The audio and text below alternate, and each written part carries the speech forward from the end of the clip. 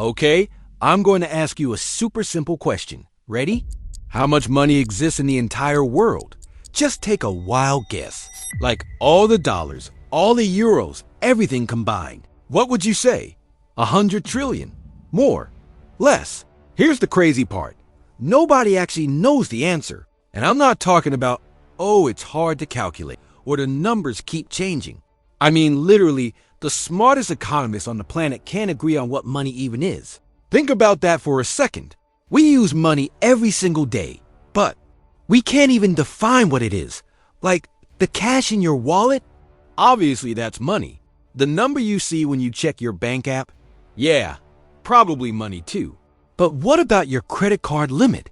Or Bitcoin? Or that mortgage you just signed? Where does money stop being money? Nobody knows, and that's not a riddle. That's just reality. Welcome to the Gray Truth. All right, let's start with the easy stuff. Physical money, the bills and coins you can actually touch. In the United States, there's about $2.3 trillion in physical cash floating around. If you count the whole world, it's about 8 trillion. That's a massive number, right? But here's the first weird thing. That physical cash, it's only 8% of all the money that exists. 8%. That means 92% of all money isn't physical. It's just numbers on computer screen. Digital entry. When you open your banking app and see you have $5,000, that money doesn't exist as cash sitting in a vault somewhere. It's literally just a number in a database. And get out of that 2.3 trillion in US cash, about $1 trillion is actually in other countries. Yeah, seriously. People in Venezuela, Zimbabwe, places where their own currency is worthless. They hide US dollars under their mattress because they trust American money more than their own. So a huge chunk of American money is just scattered across the planet, and nobody knows exactly where it all is now. Governments try to keep track of money by putting it into categories. They have these terms, M1, M2, M3. Don't worry about memorizing them. Just know that M1 is stuff like cash and checking accounts, money you can spend right. M2 adds things like savings accounts, money you can get pretty quick. And M3 was supposed to track the bigger stuff, like large deposits and investment. But here's where it gets hilarious. In 2006, the Federal Reserve just stopped reporting M3. They literally gave up. They said it was too complicated and didn't help anyone understand the economy better. But come on, we all know what that really means. They couldn't figure it out anymore. The people in charge of tracking money threw their hands up and said, "This is too messy. We quit." But even the stuff they do track has a massive problem. These measurements only count what experts have decided counts as money.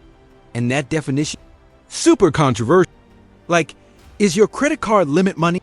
You can go spend it right now. Is a business line of credit money? Companies use it exactly like cash. Is Bitcoin money? Some stores accept. The line between money and not money is completely blurred. And if you can't even define what you're counting, how can you possibly count it accurately? Okay, now we to the really weird part. Most people think the government prints money, right? Like, there's some big printing press at the Federal Reserve pumping out bits. And yeah, they do that. But that's only about 3% of all money. 3%. So where does the other 97% come? Regular banks. Just no. And they literally create it out of nothing. I'm going to explain exactly how this works. Let's say you go to a bank and you're like, "Hey, I need a $200,000 mortgage to buy a..." The bank looks at your credit, checks your income, and says, "Okay, approved." Now, at that exact moment, the bank doesn't walk the spot and pull out $200,000 in cash. They don't take it from someone else's account. They literally just type $200,000 into your account. That's it. The money didn't exist 10 seconds. Now it does. The bank created it by approving your loan. This is completely legal. This, how every single bank, it's called fractional reserve banking. So think about that for a second. When you got that mortgage, did the total amount of money in the world just increase by $200,000? You've got $200,000 sitting in your account ready to. The person selling you the house gets $200,000. That money is now circulating in the economy, but it's all dead. You owe the bank. So is that money or is that debt? Economists literally argue about this all the time, and it matters a lot because if every single loan creates brand new money, then the money supply is constantly growing when people borrow and shrinking when people pay loan back. Money isn't some fixed amount sitting in a vault. It's constantly changing based on how much people are borrowing. Here's another insane fact. Banks only keep a tiny fraction of your deposits as actual reserves. It used to be 10%. So if you deposit $1,000, the bank keeps $100 and lends out $900 to someone else. That person deposits their $900 and that bank keeps $90 and lends out $800. And this just keeps happening. That original $1,000 you deposited becomes $10,000 in the economy through what they call the multiplier effect. But wait, it gets crazier. In 2020, the Federal Reserve dropped the reserve requirement zero. Banks don't have to keep any reserves anymore. They can theoretically create unlimited money from deposits. Wild, right? Oh, the Federal Reserve creates money too. When they do something called quantitative easing, which is just a fancy term for buying government bonds, they pay for those bonds by creating new money. Between 2008 and 2014, they created $3.5 trillion. During COVID, they created $1 trillion. So, did the money supply go up by $7.5 trillion? Well, you know. That money went to banks, but a lot of it just sits on balance sheets. It never actually enters the real economy. So should we count it? Some people say yes, some say no. Nobody agrees. And then there's this thing called the shadow system. These are companies like hedge funds and firms that aren't technically banks, but they do everything. They lend money, they create credit, they facilitate actions. But nobody regulates them the way they regulate banks. And nobody really knows how much money they're creating because they don't report it the way. Limits? About $65 trillion worldwide. Should that count as part of the total money supply? Again, alright, now we need to talk about derivatives, because this is where the numbers stop making any sense. A derivative is basically just a financial bet. It's a contract based on something else, like a stock or oil or corn or whatever. For example, a farmer might sell a contract saying, I promise to deliver 1,000 bushels of corn in 6 months for this price. That contract is a derivative. And there are trillions of these things in the financial system. How many trillions? Try somewhere between 600 trillion and $1 quadrillion. A quadrillion is 1,000 trillion. Just for perspective, the entire world economy, everything every country produces in a year, is about 100 trillion. The derivative market is 6 to 10 times bigger than the entire planet's economy. How does that even make sense? Now, most economists will tell you derivatives aren't money. They're just contracts, not currency. But here's the problem. Banks use these contracts as collateral to get loans. They trade them. They bet on them. And when these contracts get settled, actual real money changes hands. So if $1 trillion in derivative bets gets paid out, where does that money come from? Does it already exist? Or does someone create it? The answer is, it depends on the contract. Sometimes it creates new money through loans. Sometimes it's just moving existing money around. It's confusing as hell. This creates a massive problem when you're trying to count how much money exists. If you include derivatives, the number becomes so huge, it's basically meaningless. If you don't include them, you're ignoring something that can literally crash the entire global economy. Remember 2008?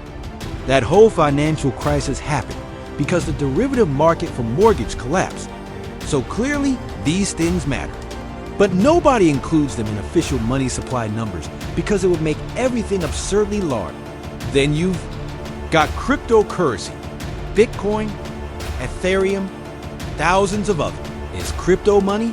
I mean, you can buy things with it. Some businesses accept it. El Salvador made Bitcoin legal tender. The whole crypto market is worth somewhere between 1 and 3 trillion dollars depending on what day you check. Should that count as part of the world's money? The IMF says no. It's just an investment like stocks or gold. But if people are actually using it to buy stuff, isn't that the definition of money? There's no consensus. And finally, government bonds. Treasury bonds are basically IOUs from the government. They're not money in the traditional sense, but banks treat them like money. They trade them instantly. They use them as collateral for loans. The global bond market is worth over $130 trillion. Is that money? Officially, no. But in practice, it acts like money. So, should we count it? Once again, nobody agrees. So let me recap. We've got cash, which is easy to count. We've got bank accounts, which are mostly trackable. We've got loans that create money, but are also debt. We've got the shadow banking system that's poorly tracked. We've got derivatives worth hundreds of trillions, or maybe a quadrillion. We've got crypto. We've got bonds. So what's the total? The answer is, it depends what you're counting. And there's zero agreement on what you count. Okay, so why does any of this matter? Like, who cares if we can't measure money exactly? Here's why it matters. Literally every major economic decision depends on knowing how much money is. The Federal Reserve sets interest rates based on the money supply. When they tell you inflation is 3%, that number is based on calculations about how much money is in the economy versus how many goods you can buy. If their measurement is wrong, their entire decision is wrong. And since nobody can accurately measure the total money supply, nobody can predict what happens when you suddenly create trillions of new dollars. Look at the Federal created $4 trillion to help the economy. Some economists were screaming that this would cause massive inflation, like 20 or 30%. Other economists said it wouldn't matter because that money wouldn't actually circulate. What actually happened? Inflation hit 9%. Higher than normal. Yeah, but not the apocalypse some people predicted. But here's the thing. Nobody can explain why it was 9% and not 20% or 3%. Because nobody knew exactly how much money existed before those $4 trillion were created. You can't predict what happens when you add 4 to an unknown number. This uncertainty almost destroyed the whole financial system in 2008. Regulators thought they understood how much money and debt was there. They were wrong. When housing prices crashed, it turned out that trillions of dollars that everyone thought existed was actually just debt stacked on top of debt, stacked on debt. The money was illusion. And when that illusion shattered, banks stopped trusting each other because nobody knew how much real money anyone actually had. The whole system froze. Here's the deeper problem. Our entire economy runs on borrowed money. When you get a mortgage, you're borrowing from future you. When the government issues bonds, they're borrowing from future taxpayers. The economy is constantly pulling money from the future into right now. But that future money exists. Yet, it's just promise. A bet that the economy will keep growing enough to pay everything back. And because banks keep creating new credit constantly, the money supply is always bigger than the actual real wealth exists. Which means the system requires constant growth forever. If growth stops, the debt can't be repaid, and money literally starts disappearing. So back to the original question, how much exists? The honest answer is we have no idea. Depending on what you decide to include, estimates range anywhere from 40 trillion to over $1 quadrillion. That's not a rounding error. That's complete uncertainty about the foundation of the entire system. Think about that for a second. The people who are managing the global economy don't know how much money exists. They're making trillion-dollar decisions based on incomplete, contradictory information.